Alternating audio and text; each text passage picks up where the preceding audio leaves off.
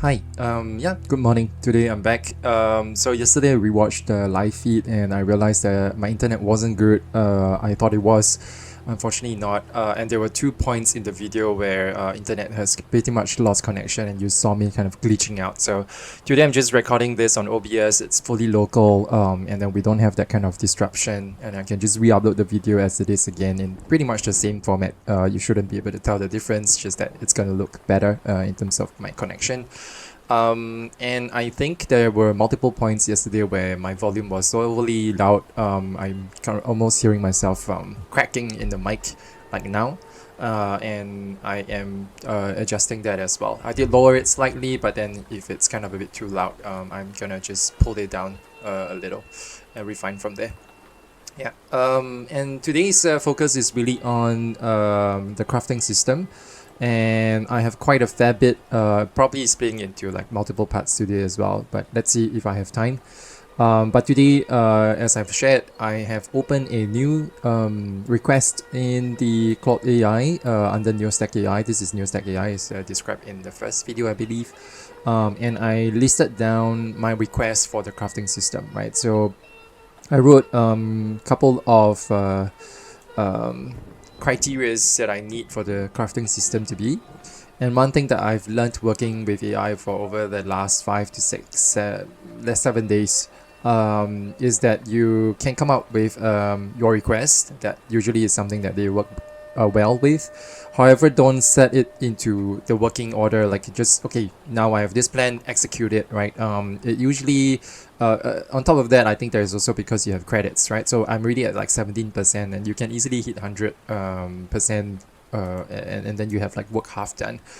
And as you're kind of executing all of them at the same time, me as a user wouldn't really understand how the problem has been approached. So in that case, the recommended workflow, which again came from ChatGPT, I tried it, I like it, and now kind of recommending to you is that you should ask the AI to list down its plan on how to execute your vision, right? And in my case, I have 6 criterias, right? And it's all regarding crafting system, which all of us are quite familiar with, but the AI doesn't know. So I need to kind of specify what I have in mind, and then from there for it to execute. So right now, this is it kind of doing its work, right? It's basically listing down like, okay, this is crafting implementation. What are the system that is currently in place, right? All these are systems that was already there in my previous video. We showed how the inventory system works. I had like a whole flashed out of how individuals blueprints nodes are working in relation to the inventory system and the equipment loading and unloading. So all these are basically things that the AI is building on, right? It doesn't want to kind of go in and destroy what you had before. So that part I think is still quite secure. The other tip that I have is that when I first started off like this inventory system, there is a very, very long thread because I was trying to fix every single problem that I got to do with the inventory system within one single thread. And the AI is not very good at doing that because it doesn't recognize, or it has a limited memory, right? So as it gets too complex, it starts to lose memory of what it's doing in the past. It spends more memory of trying to recognize and going back and reading what it has done before it can project forward on what it can do for you. By the time you would have run out of credits, and then you will not be able to achieve anything, maybe even half done at most. And then the next time when you have credits again, which is the following day, you restart everything all over again, right? So that felt a little bit clunky, and again ChatGPT recommended that we should split the features out into as many chats as you can, even if it's just one single inventory. It's like, I want a drag drop function that should be a separate chat. It's not all within one inventory system. And then I think at the same time, having it split into multiple chats somehow seems to have a quality control, in the sense where it doesn't go back and destroy things that it has built before, because it understands it's like a separate thread. I'm not supposed to be touching things that is belonging to another thread, right? It will be extra careful. So I do find that as I'm splitting things up into more threads, I the outcome of or rather the result of what AI has generated becomes more stable. So yeah, right now I am, as you can see, it's doing its work. It's kind of executing script, it's running, and it's looking at, I need to spawn all these things according to the different phases that it has broken down, right? So coming back to this, it has listed down all the different phases for me. Like the first one is regarding data structures, right? Because based on everything that I've requested, this is what the AI need to have before it can develop and build in terms of layer. So this allows me to say, like, based on the credits that I have, let's say right now I don't have 20%, I only have like 50% left. I can say execute phase 1, right? And then I know by the time when it's done, the entire phase 1 is completed. If you just leave it as it is, you might end up like half of phase 2, half of phase 3, and then you're like, you just basically have like a broken system that you have to wait till the following day. And quite often when I find that you break them down into these phases, you yourself know how the AI has been putting things together. And in the time where you're waiting for your credits to refresh, you can take the time to go back into a blueprint and then study what has been built, right? So no time wasted there. But at the same time, if you do find that there are any bugs, your process of going into figuring out the blueprints helps you find those bugs and maybe even finding a solution. So this kind of workflow seems to work best, at least for me. I'm not sure about the rest, or if you guys have tried it before. If yes, I'm happy to hear your sharing if you have better tips that I can work with. So yeah, this is phase 1 data structure. Phase 2 is to create the crafting slot, which is those icons. It's just a visual with like all the different things that I'm requesting. So I think when it comes to crafting, I want you to be able to click on the crafting icon. There will be a progress bar that goes so that it's not like one click and then it crafts, right? Because it takes up item and it cannot be accidental. So you need to hold on to it for like 2 seconds before the item is crafted. And if you let go halfway through, it's just going to abandon the crafting. Just again, we want to make sure that the player can commit to it, and you have like 2 seconds to think about it. And then resources are going to be depleted because they are needed for the crafting to happen. And then at the same time, I think the system needs to kind of recognize recipes and all those. So I did list those down as my criteria for the crafting system. This one is the kind of like the UI where I would have like 10 slots for different crafting weapons. I'm gonna swing to Miro as well to share those because I have those listed down in like what I need per item. And then we have lastly the crafting, no, not really lastly, this is phase 4, which is recognizing the recipes, the item counts, right? So if we have extracted those items, those will -1, and then after the craft is completed, the crafted item will +1, right? So all these things are mathematics that is happening behind the scenes. Recognition, and then the drag drop slot. Within the crafting UI, there will be 10 slots. I want to have player have the freedom to drag and drop the different crafting items so that they can reconfigure. Let's say I'm more familiar with the 4 out of the 10 items. I want them to be all flushed towards the left. You can have that flexibility to reorganize those items. It's just for better quality of life. And then this one is just to hold on for 10 seconds, 2 seconds to craft. And then right now it says it is telling me to see if there is any need to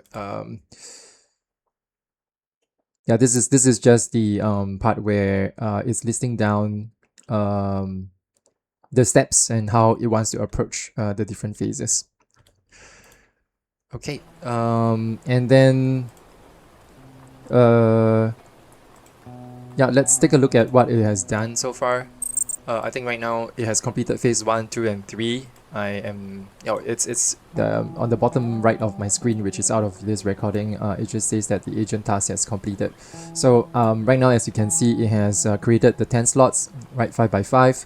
And I think it has really completed both all the phase 1, 2, 3. Apparently it's quite cheap, like 20% to get for the first 3 phases.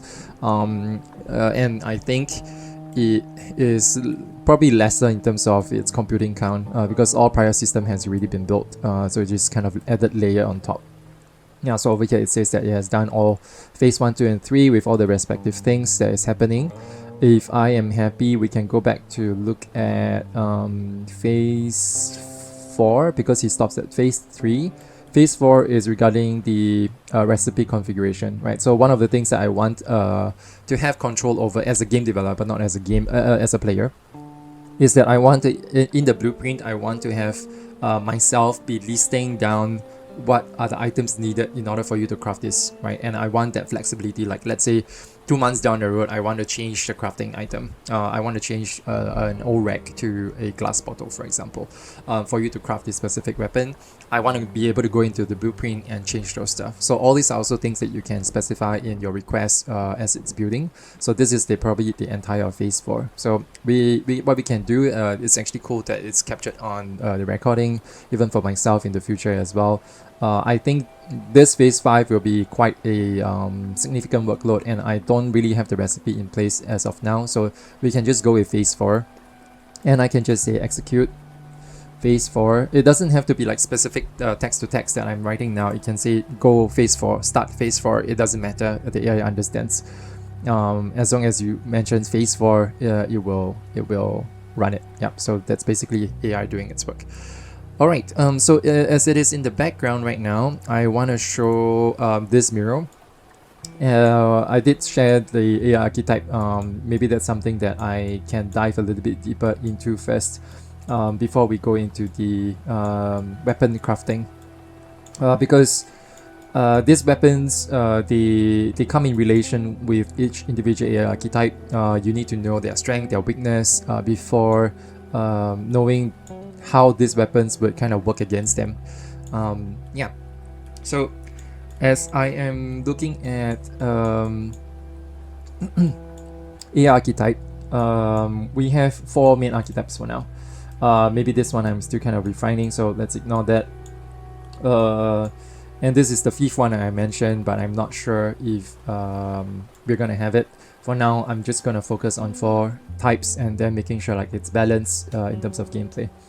So yeah, the first one is the crawler, and they are kind of small, they're kind of crawling around, they're quiet, you don't hear them. The kind of moment that I want a player to have is you enter a room, you feel like you are very safe, you didn't hear any kind of zombie sounds, no footsteps, no nothing, and then you turn around a corner, it's just kind of standing there, and it's not even reacting to you, it's just standing there like as though it is not existing. But then once you start charging towards it, it will scour away and just run into hiding, and then you can't find it anymore. And this crawler requires you to make sure you know where it is, because the moment you lose sight, it can come back at you from behind, right? So I mean, those are like you just want to make sure like you don't scare it away. You want to constantly keep a line of sight with it. But once you get hold of it, right, it's actually very, very easy to kill. So I would say its strength is stealthiness, right? But it has very low health. And then the second one is the screamer. These are like kind of generic zombie, but they don't they're slightly more powerful. They're not like kind of wandering zombie hordes. These guys are the screamers. Why screamer is because it will charge at you, but before it charge, it will scream, and you will see it kind of charging and getting ready. Charging in the sense where it's kind of building its strength, like you see both hands down, and it's gonna like look at you and open its mouth and scream. And then it's gonna charge at you. Once it starts to charge, if you get hit on impact, you will get stunned for like a good amount of time. You get damage in health, so the punishment is quite heavy. But if you are able to dodge that attack, the charge of the screamer cannot be broken. The moment it starts charging, it will maintain its charge. That means if you can dodge sideways and let it charge past, if it kind of stops its charge kind of few meters away from you, you can actually turn around and swing a weapon back at it, right? So it gives you a counter-offensive opportunities. And the other one, which really is really cool, it came up with my discussion with ChatGPT, is that this grimace, because the charging doesn't stop, it can become its weakness. So let's say if you're standing against a hard wall, like a structure or a cabinet or furniture, if the screamer charges at you, you dodge, and the screamer hits those concrete structures or sturdy structures, it takes damage, and it gets stunned as well. So once it's stunned, you can turn back and then use that as a open opportunities to kill it. The health is relatively low. I don't think it's kind of low health as low as the crawler. So I would say maybe it's like mid health, and it is not that easy to kill, but still relatively easy to kill compared to these two. And yeah, that's basically the strength. And I think the gameplay opportunity here, unlike the crawler as I described, is that Screamer is loud. Right, when it comes, you know it's approaching. You might be able to even tell how many there are, because they are just pretty loud.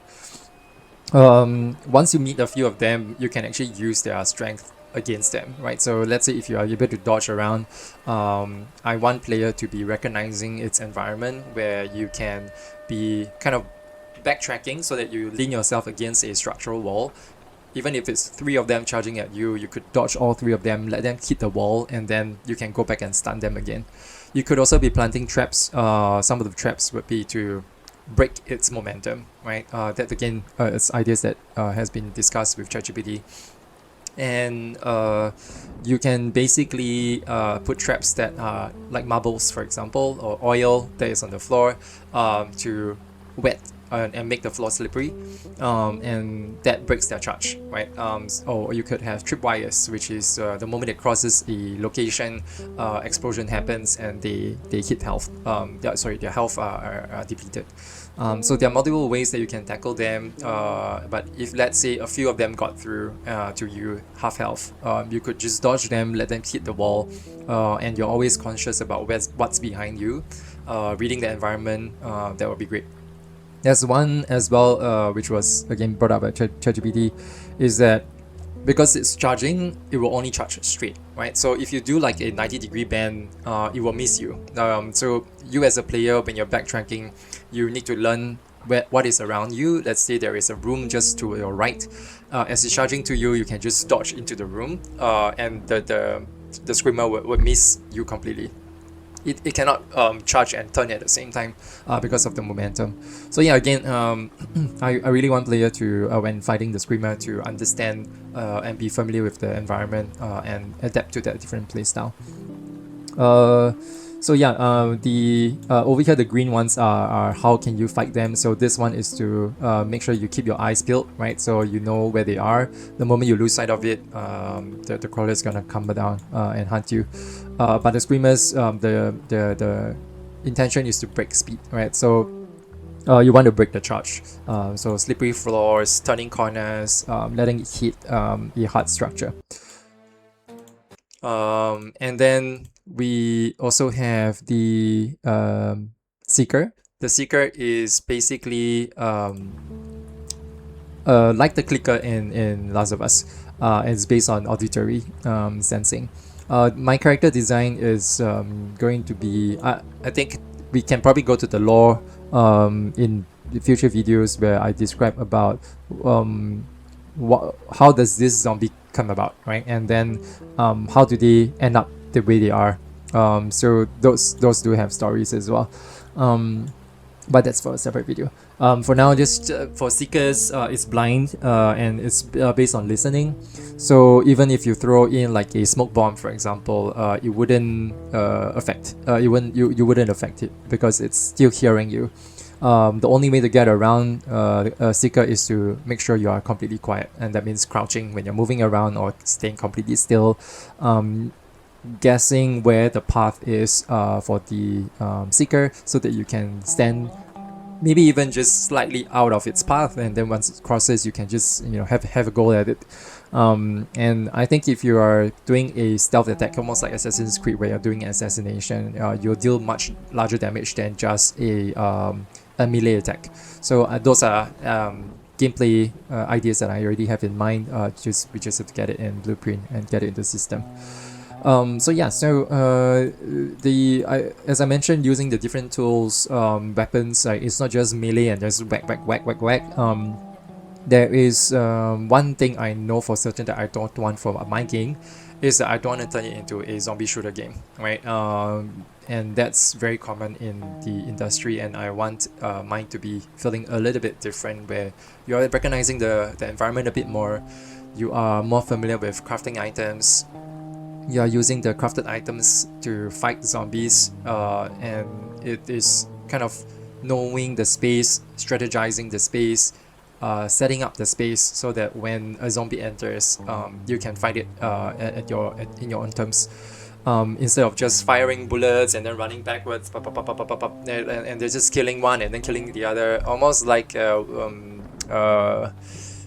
most of other games out there, they're just shooter games, and I don't want that. And then coming back to this one, the health is high. If you try to go head on and melee attack, it's going to take a while. So if you are like a stage 1, as I described in yesterday's video, part 3, if you're at stage 1 low level, you'll likely get killed, and you need to lean into stealth to be at your advantage. So as I mentioned, assassination is gonna be like when it's close by, you step something into the neck and then kill it. It's gonna be an instant kill. That way you can pretty much bring down seekers in this sense. So yeah, it has high health, but then if you work to your advantage, you can kill it quite easily. This forces player to play in a certain play style, instead of just going Rambo and go into room and start blazing fire. That is not gonna work. You have limited items, limited crafting, no bullets, no guns. So I think that's something to work with. And there are other crafting items, as I was touching base just now. It's to confuse the clicker, right? The seeker. I'm naming it clicker because it plays very similar to the Last of Us clicker, where you might want to kind of throw sounds like marbles, throw a jar of marbles on a separate location, and then if you don't have the weapons or you don't have the health to fight it, you want to distract it so that it moves away from you. That can work as well. You can also set a trap somewhere else, like a tripwire, and then throw something like a sound to attract it to that location so that it passes the tripwire, and then explosions happen, it hits the seeker, it takes damage, right? So I think there's just plenty of gameplay there where you can set up all these different traps, or using different types of weapons to craft your own type of playstyle. And I believe each archetype, zombie archetypes, requires different types of playstyle. So I think it's gonna be fun once you've learned the system, and once you reach stage 2, which is the intermediary stage, you are getting more familiar with this. By the time you hit stage 3, you are very familiar with the whole system, and you are probably gonna feel much easier moving around the space and fighting all these zombies. Okay, lastly, it's the Mauler. As all game, you need the bosses, right? And it's very similar to the one in Last of Us as well, but this guy will have a different design. I'm not gonna grab the the clickers one-to-one. I need to design it based on the world that it lives in, but in terms of playstyle, it is the same, right? It's like the bosses that even this idea of having a boss is not original to Last of Us, right? It's across many games, and mine is no different. So the movement of this Mauler, the name of it should tell you what they do and how they behave, and the Mauler is basically just gonna maul you and until you die, and it is a boss that shouldn't be underestimated. It is sluggish, that's for sure. That means it's moving very slow. But it has a health immunity to melee attack, meaning if you whack your weapons until it break, you will not take a single damage.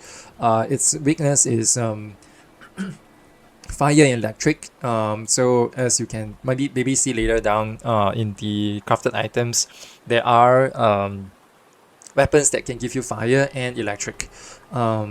If you have better idea as well, feel free to comment in the comment section. I'm very happy to take those ideas in, because I think it's gonna make the game even more fun. Right, so this idea came between my conversation and ChatGPT, as I mentioned previously as well.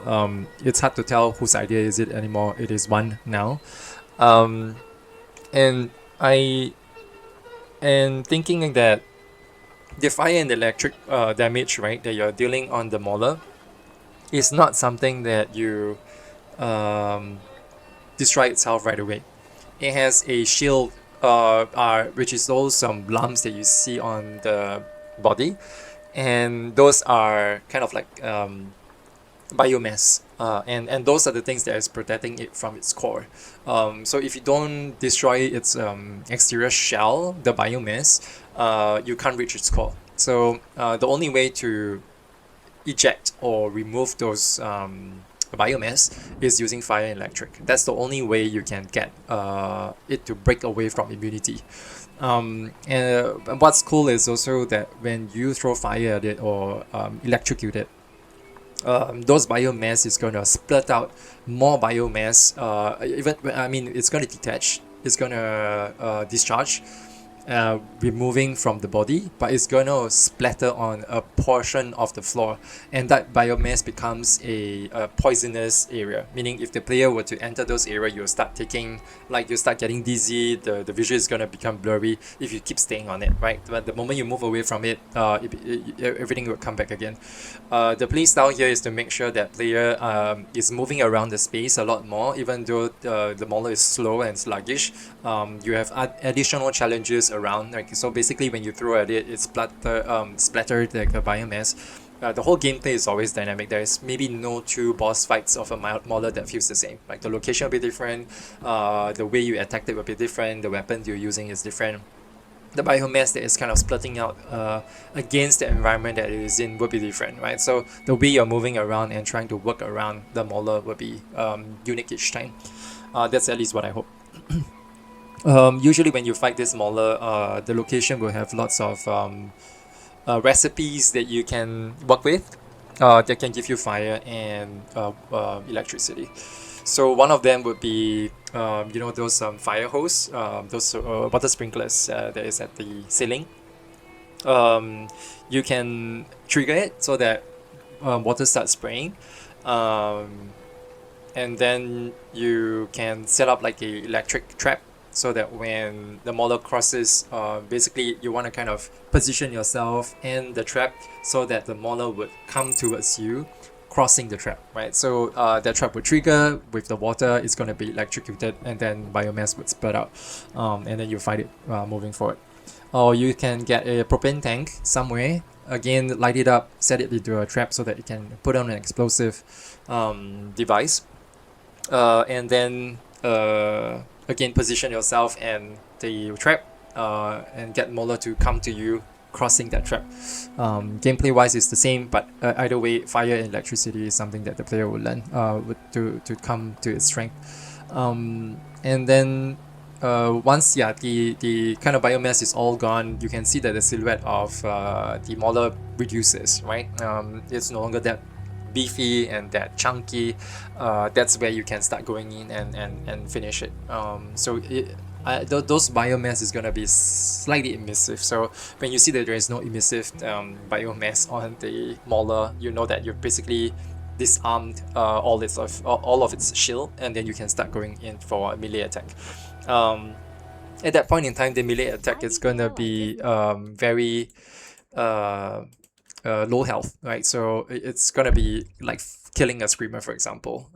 It's not super advanced at that point. So I think it's just having the stages of gameplay, and then having you to move around. Maulers are not common in the world. You'll see maybe at most 3 or 4 of them at very separated location, and they are usually guarding the roofs, right? So once you kill them, you can access the roof, and then you have access to zip lines. So those are basically the rewards of fighting bosses like that.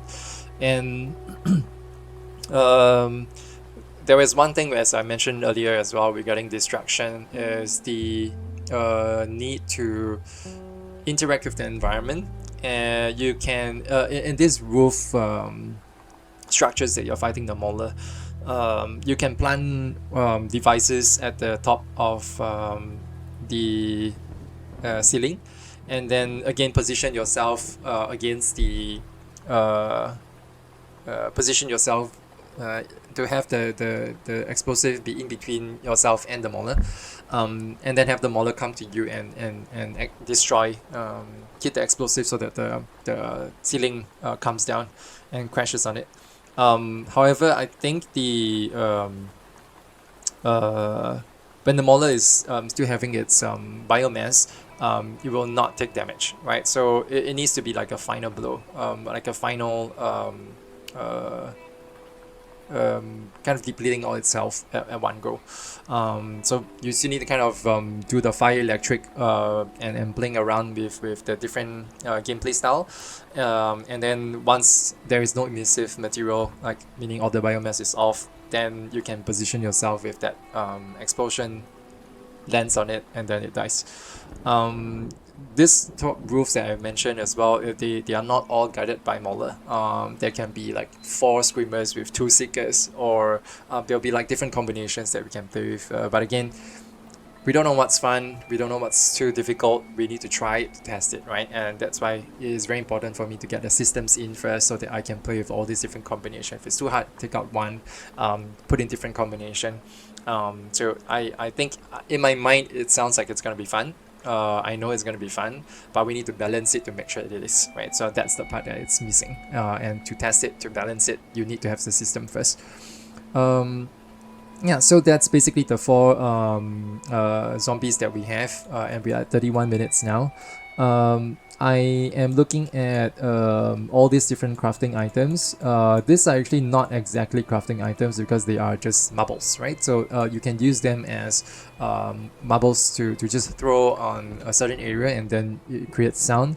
Glass bottle, as it is just the glass bottle, and if you throw at it, it will create sound. You can distract and pull the seekers to the location.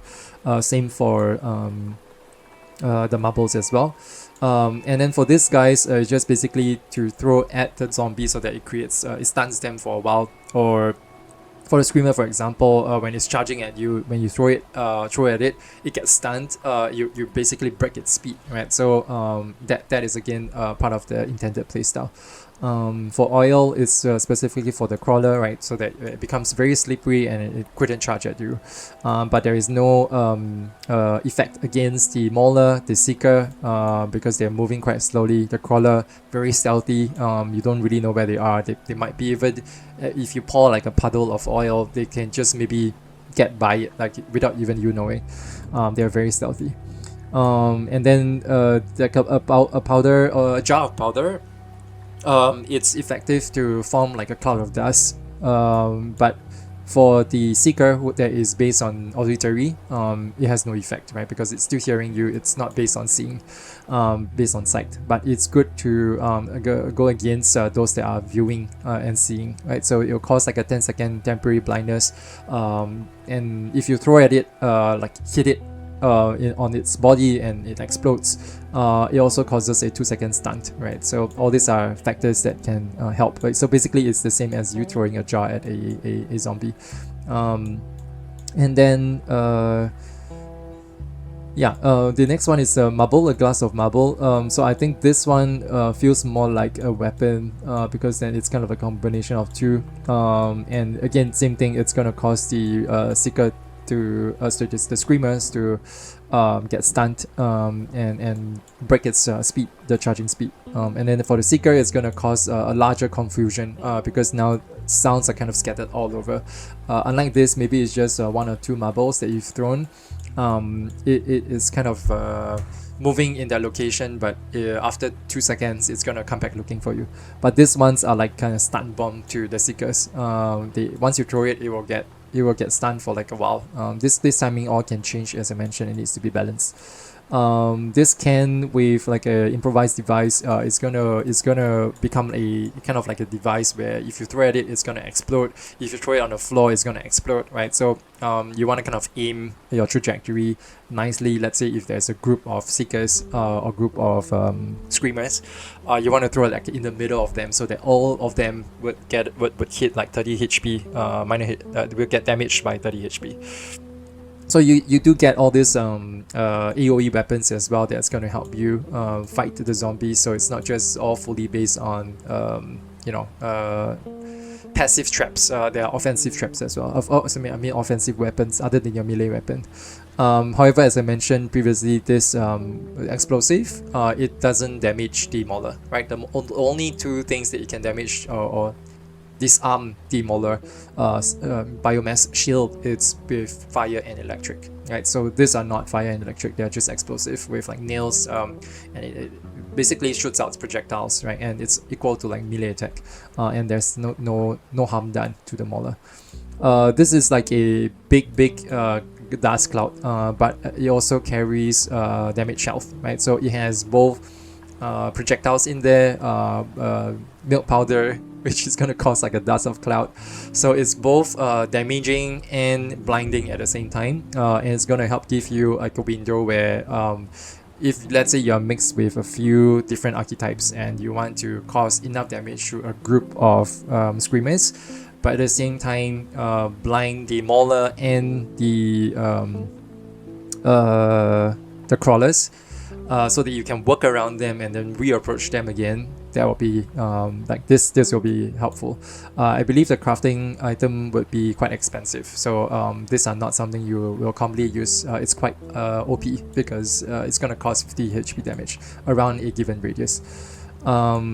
And this is, as I also said, like the mauler, it doesn't take any damage, it just causes a 10-second blindness, right? So this one is it's not completely immune, but at the same time it's just to blind it, it doesn't damage itself.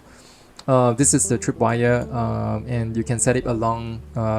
Basically, the gameplay for tripwire is to set up two locations, A and B, and then once you have that, a wire will be connected in between. And once anybody that crosses it, you can it will fire. You can attach to either one of the points with one of the explosion, so that when something passes by, the explosion goes off. So it's a combination of two types of explosive. So you can also tie it with a Molotov, where once the wire is tripped, the Molotov goes off, it's really inflamed, and then it will kind of explode into like a fireball. The mauler will take damage in that sense, right? Because it's fire.